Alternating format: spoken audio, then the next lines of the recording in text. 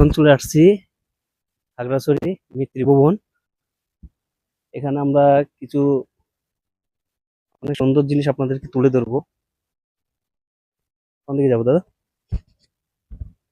এদিকে আছে কি আসলে?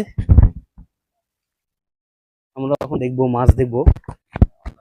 অনেক রকমের মাছ আছে এখানে। তো আজকে মাছগুলো আপনাদেরকে আমি শেয়ার করব।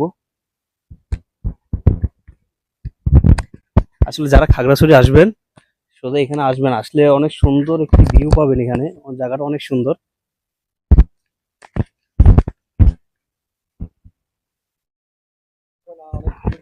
অনেক কিছু দেখতে পারবে আর কি। হ্যাঁ, এরকম আর কি। ভিউটাই এরকম। অনেক কিছু দেখার আছে আসলে, অনেক কিছু এখানে। যেমন আর সবচেয়ে হচ্ছে আপনারা যদি মানে ফল দিয়ে মনে করেন লিচু, কাঁঠাল, আমের দিনে যদি আসেন, সবচেয়ে হ্যাঁ অনেক মানে লিচুগুলো অনেক সুস্বাদু, আর আমও অনেক নানান রকমের আম দেখা যায় এখানে। ছোট ছোট গাছে বড় বড় আম। বাগান দেখলে আপনাদেরই মন ভরে যাবে। তখন আপনাদেরকে যেখানে নিচ্ছে, এখানে হচ্ছে শুধু মাছ আছে, কয়েক রকমের মাছ আছে না দাদা? মাছ না, সবগুলো মাছ দেখবেন এখানে। আচ্ছা, সব রকমের মাছ দেখা যাবে। সব সব মানে কচ্ছপ হইতে কচ্ছপও দেখা যাবে। কচ্ছপ দেখা যাবে, মানে এখন বৃষ্টির দিন হয়তো যেতে পারে, দেখাও যেতে পারে। আচ্ছা, দেখি, তারপরে চেষ্টা করব। যদি দেখতে পাই তাহলে তো আমাদের কপাল ভালো, আমার সাথে আপনাদেরও।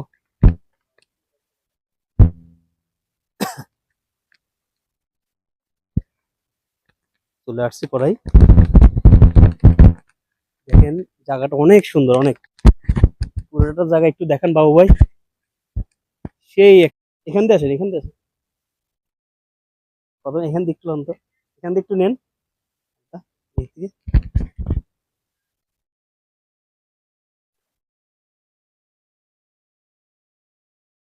এগুলো কি মাছ? তেলাপিয়া মনে হয় নাকি?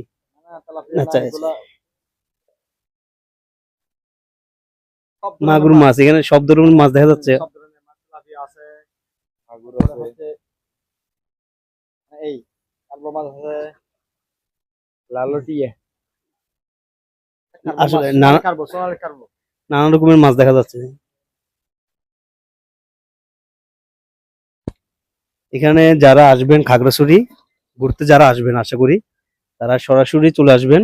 দাদা পুরো জায়গার ঠিকানাটা একটু বলেন তো কষ্ট করি। এখানে এটা হচ্ছে